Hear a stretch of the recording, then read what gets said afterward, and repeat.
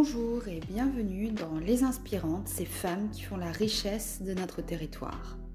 Nous sommes aujourd'hui à Rubika, l'école supérieure privée spécialisée dans les métiers du jeu vidéo, de l'animation 2D, 3D et du design installé à la serre numérique. L'école est implantée sur le parc des Rives créatives de l'ESCO à Anzin. Ce parc, coporté par la CCI Grand Hainaut et Valenciennes Métropole, a pour ambition de regrouper en un même site tous les savoir-faire numériques. Rubika forme chaque année 900 étudiantes et étudiants déterminés à faire de leur passion un métier. Nous rencontrons l'une de ces étudiantes, Yuna Kolok. Yuna, bonjour, tu es étudiante ici à Rubika. Quel a été ton parcours? En quelle année es-tu? Quelle année, puisqu'il y a 5 années dans cette école. Et quelle est ta spécialité? Est-ce que tu peux nous expliquer?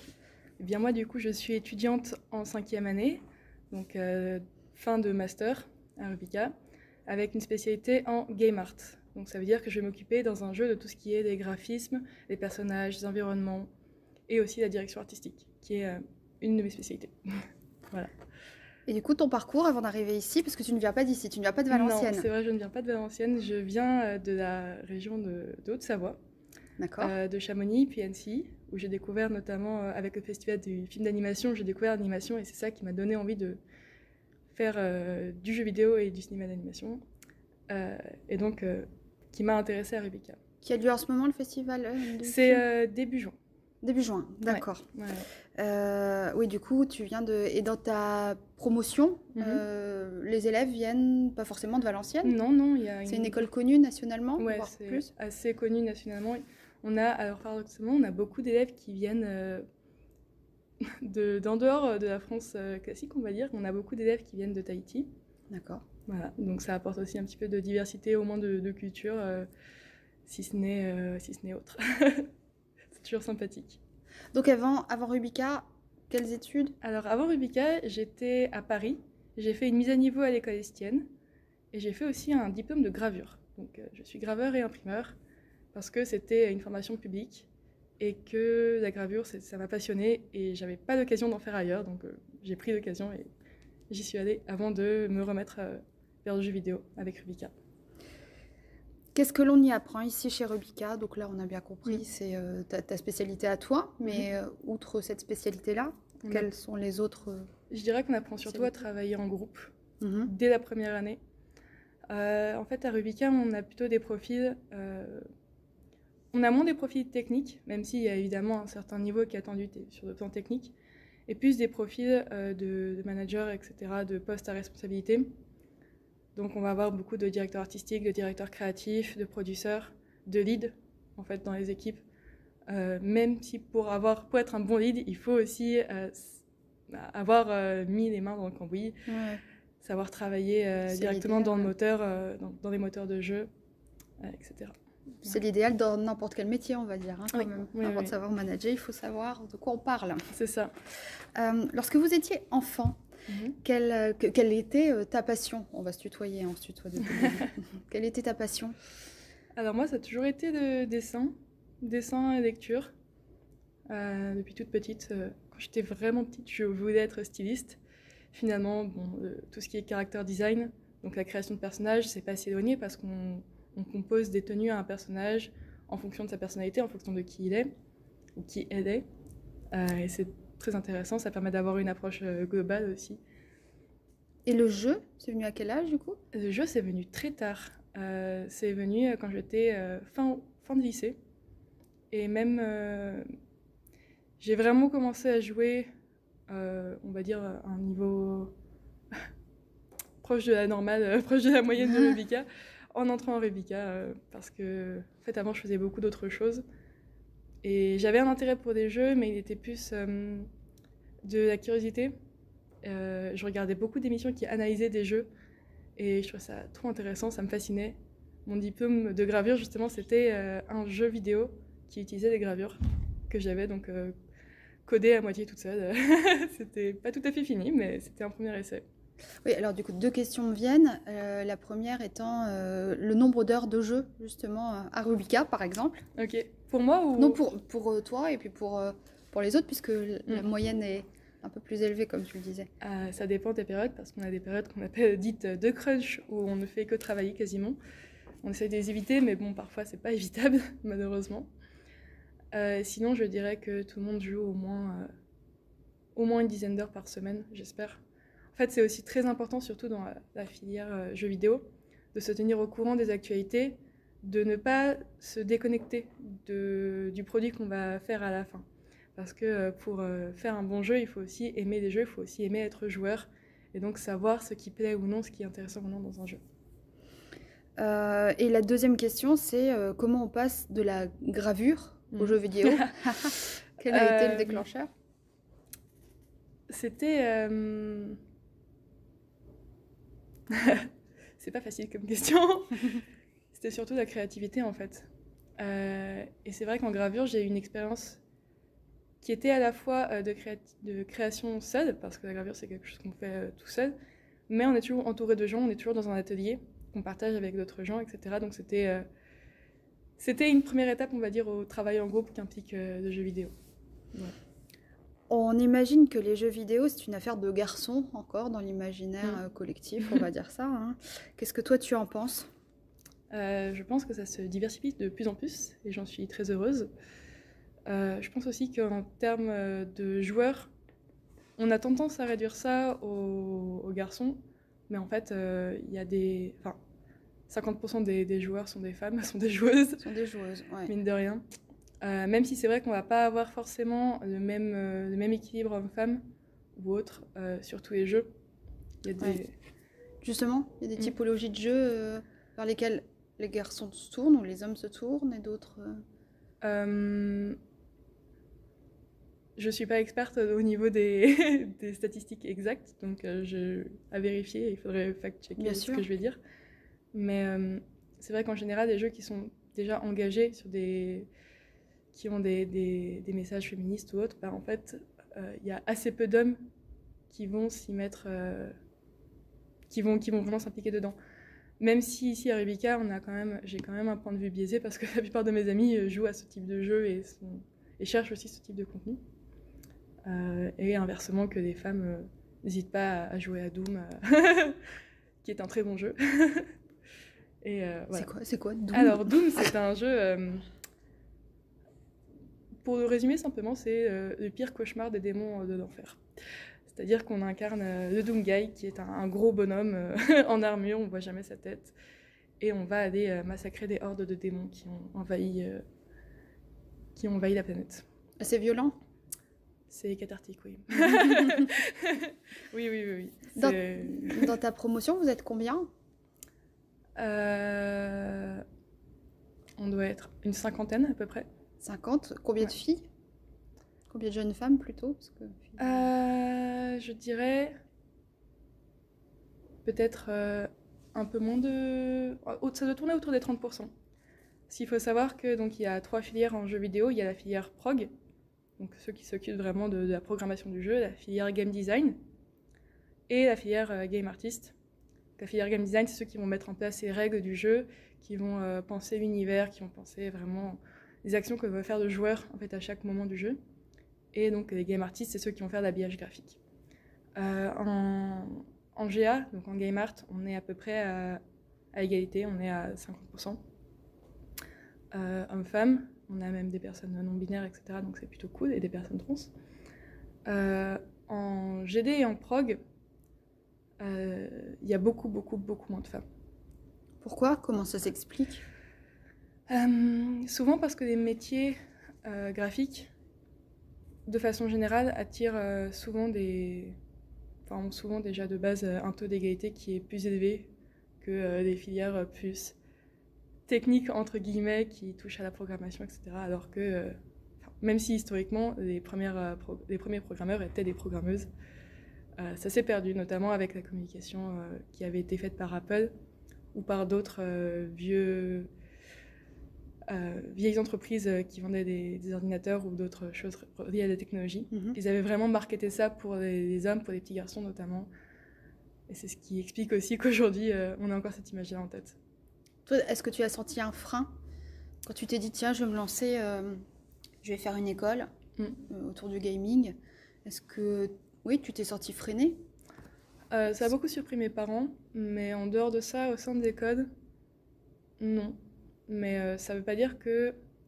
Enfin, c'est mon expérience, ça veut pas dire que d'autres personnes n'ont pas été Ne se sont pas freinées. posé de questions. Et Ouais. là, depuis que tu es dans cette école, 5e année, du Mm. coup, est-ce que tu as ressenti, toi, à un moment donné, des choses qui ont fait que tu t'es pas sentie tout à fait à l'aise ou Mm. freiné toi dans Mm. ou l'image des autres qui fait que on va attribuer tel projet ou tel poste à un homme et Mm. un autre à une... Euh, Oui, clairement, il y a des comportements qui sont parfois problématiques. Même si on essaye de remettre ces personnes en question, de les confronter par rapport à ce qu'elles ont fait. Il y a des comportements qui dépassent aussi le cadre de l'école. Donc, comment les élèves interagissent entre eux en dehors de l'école. Bah forcément, ça a des influences sur les relations à l'école. Mais malheureusement, l'école, quand on en parle aux responsables à l'école, aux responsables de la charte, souvent ils peuvent pas faire grand-chose. Parce que l'école n'est pas directement appliquée, quoi. Donc c'est parfois un petit peu compliqué à gérer. On a eu des cas qui sont allés jusqu'à du dépôt de plainte, hein, clairement.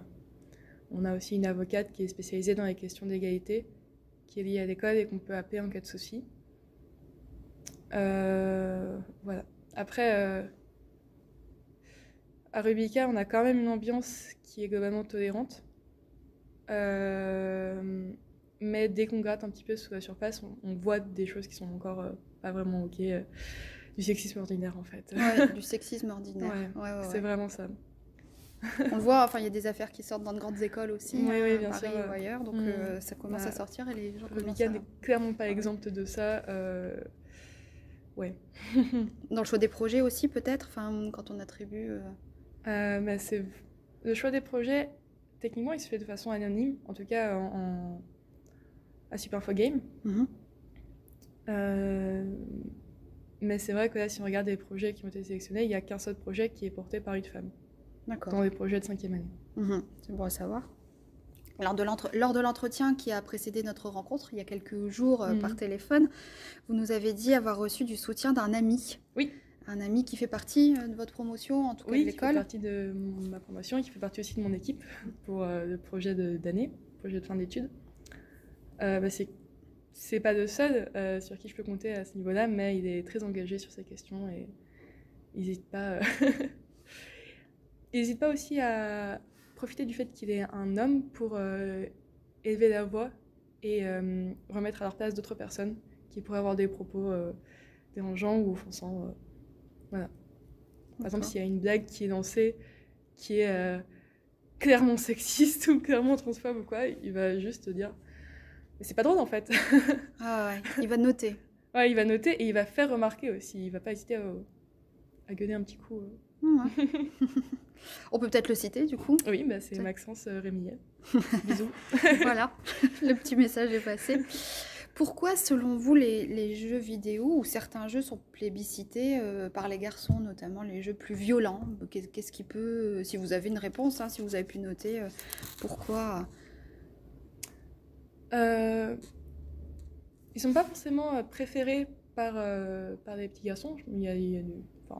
J'ai beaucoup d'amis qui jouent à des jeux, et moi-même parfois, des jeux stéréotypés labellisés comme étant violents. Mais c'est vrai que traditionnellement, les parents et la famille, surtout quand ils sont petits, va plutôt offrir des jeux qui sont genrés, en fait. Mais même pas de façon consciente. C'est juste, qu'est-ce que je vais offrir au petit-neveu? Je vais lui offrir un jeu de combat, de guerre, de stratégie, etc. Alors que c'est vrai que quand j'étais petite, je recevais des jeux quelquefois, mais c'était des jeux de stylisme. Bon, ok, c'était ma passion, mais il y a aussi des passions en cuisine, etc. Ouais. Donc, qui étaient nettement moins intéressants, on va pas se mentir. Ouais, qui était genré. Oui. La confiance en toi, elle a peut-être été mise à l'épreuve au cours de tes études, ou pas. Hein, est-ce qu'à un moment donné, on peut douter aussi quand on est face à certaines remarques? Est-ce qu'on se dit qu'on n'est pas à notre place en tant que femme? Toi ou certaines amies de ta promotion, Bien sûr. ou d'autres amis dans d'autres, enfin des étudiantes en fait. Hein. En tant que game artiste, je me pose beaucoup moins cette question en tant que femme, parce que les compétences sur lesquelles on va me juger sont des compétences très concrètes. En fait, c'est du dessin, c'est de la production graphique, donc c'est concret. Donc il y a moins ce problème-là. En revanche, c'est vrai que notamment en game design, où le sujet des débats porte surtout sur les idées, en fait, si une personne ne peut pas exprimer ses idées dans un débat, dans un ensemble, un groupe, parce qu'elle est une femme, parce qu'elle est une minorité, bah, du coup, ça va jouer sur la perception qu'a tout le monde de cette personne. Parce que, ah oui, mais en fait, elle propose rien, ou alors elle dit quelque chose de pas très fort, mais ses idées sont reprises par quelqu'un d'autre. Ouais. Et là, on dit, ah, cette idée, elle est très bien, ah, bravo. Alors que c'était une autre personne qui l'avait donnée en premier. Moi, personnellement, ça va. À la limite, j'ai plus des remises en question par rapport à certains professeurs qui sont un petit peu présents et qui... comment dire qui vont dire aussi, bon, t'es une femme, il va falloir que tu en imposes, en fait, si tu veux percer dans le milieu que tu veux. Il va falloir que tu sois très très forte, on va t'aider, etc., on va t'épauler, mais du coup, c'est à la fois encourageant, mais ça met aussi une pression... Un peu effrayant. C'est ça, c'est un petit peu effrayant parfois. De se dire qu'on est encore obligé de compenser. Ouais. Même si je trouve que ça se calme beaucoup. Et le fait que je sois rentrée à Rubica en étant un peu plus âgée que les gens de ma promotion, ça fait que, mine de rien, moi on vient pas trop m'embêter. Ouais. Voilà. Des questions de personnalité après. Oui. Dans le projet, on en parlait juste avant l'entretien, vous devez rendre à la fin de l'année, toi et ton groupe d'une dizaine de personnes, c'est ça, un projet. Dans ces 10 personnes, la proportion homme-femme? Alors on était 3 femmes. Il y en a une qui a été embauchée pendant l'été suite à son stage, donc on est 2. Il y a une personne non binaire et une personne de couleur aussi. Donc c'est assez cool. En fait, on a pu choisir des groupes l'an dernier.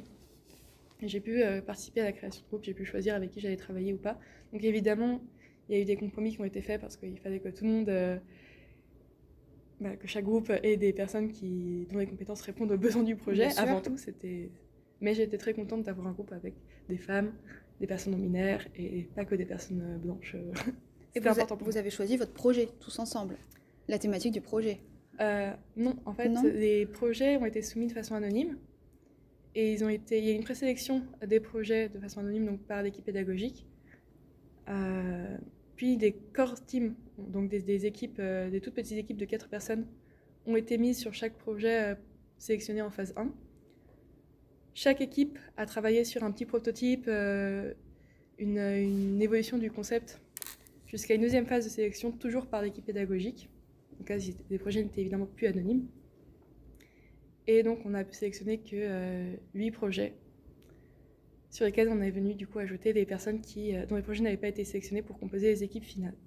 Très bien. Et ce qui est bien, en tout cas, sur le projet, on va peut-être pas évoquer le contenu du projet parce que je ne sais pas si on peut le faire et puis on va peut-être garder la surprise pour plus tard. Hein. Mais ça porte sur, ou en tout cas, ça prône l'égalité, le vôtre. Ah oui, oui. Donc ça, c'est plutôt pas mal. Et c'est plutôt pas mal que l'équipe pédagogique ait pu choisir ce type de projet qui favorise. Même si, pour être tout à fait honnête, quand j'ai proposé, parce que du coup c'est mon projet, quand j'ai proposé le projet, je n'ai pas été aussi explicite que ce que j'ai été avec vous tout à l'heure sur le message du projet parce que, par prudence en fait, je préférais garder ces cartes-là dans ma main pour ensuite les révéler une fois que le projet serait validé. Voilà. Est-ce que tu as des frères et sœurs? Oui, j'ai une petite sœur. Une petite sœur, d'accord. Savoir aussi, parce que tu m'as l'air ultra sensible à l'égalité, femme-homme, savoir si c'était aussi une histoire d'éducation. Est-ce que dans ta famille, c'était quelque chose que vous évoquiez ou pas, mais que ça se faisait naturellement, l'égalité femme-homme? Du coup, on est 3 femmes dans ma famille, ma mère, ma petite sœur et moi, et du coup, il y a mon papa à côté, on est ensemble, mais On n'a pas... Enfin, je pense que mes parents n'ont pas fait une éducation trop genrée. Bon, évidemment, c'était pas la même époque, donc il y avait quand même quelques stéréotypes qui traînaient, etc. Mais le fait qu'on vive dans une région qui soit très très sportive aussi, Ouais. on a grandi dans un petit village et on était tous liés par ce truc qui était le sport, la montagne. Donc C'est quelque vrai. part, ça lisse aussi un petit peu des stéréotypes de genre. Ouais. C'est... En fait, j'ai vraiment compris ce poids-là pour la première fois en entrant au collège, qui était quelque chose d'un peu plus gros, qui rassemblait plusieurs communautés, Mhm. où on m'a fait « Ah, ok, tu t'habilles pas d'une telle façon, t'es pas une vraie fille. » Je fais « Ah, bon, très bien. » Ouais. Mais au niveau de ma famille, non, ça va. Quels sont tes projets pour la suite? Est-ce que tu as une idée? Il te reste quelques mois maintenant d'école. Alors j'aimerais bien dans un premier temps intégrer un studio assez important pour travailler dans une grosse équipe et me faire un petit peu la main sur des projets importants, mais dans lesquels j'ai pas forcément beaucoup de responsabilités tout de suite. En fait, vraiment dans l'esprit d'observer, de prendre des notes sur comment ça se passe, et aussi d'avoir la ligne sur le CV qui ouvre beaucoup de portes après. Mhm. Et mon objectif à terme, ce serait de fonder un studio. Très bien. Voilà, un studio indépendant. Ouais. Mais pour ça, il faut d'abord gagner beaucoup d'expériences concrètes pour prendre des bonnes habitudes de travail et rencontrer des gens aussi qui ont envie de faire les mêmes choses que moi, qui ont envie de fonder un studio aussi. Mhm. Voilà. Qui porterait sur quoi? Tu as une idée déjà? Enfin, tu développerais toute forme de jeu ou c'est déjà bien clair dans ta tête? Ça dépendra des personnes que je rencontre en fait, mais je me laisse la porte ouverte aux transmédia, notamment à faire des projets de livres, de musique, de jeux vidéo ou de films d'animation qui se répondent. Donc c'est pour ça que je cherche aussi des personnes avec des profils variés, que ce soit en termes de compétences ou d'identité. Est-ce que tu pourrais délivrer un message à une étudiante qui se pose la question, qui dit tiens, j'aimerais bien intégrer Rubika, mais voilà, je me dis c'est peut-être pas pour moi, c'est peut-être pas pour les filles. Ou... Bah, Rubika, c'est pour tout le monde. Il faut vraiment. Si c'est ce que tu as envie de faire, vas-y, fonce. Et en fait, tu vas te rendre compte très très vite que t'es pas toute seule à avoir cette envie-là, à avoir cette passion-là. Et que cette passion en commun, ça peut vraiment créer des amitiés fortes et ça peut aussi créer un groupe de soutien très fort. Voilà, donc t'es pas toute seule. Quelque chose d'autre à ajouter? Bisous. Bisous, Yuna. C'est ça. À bientôt. Au revoir.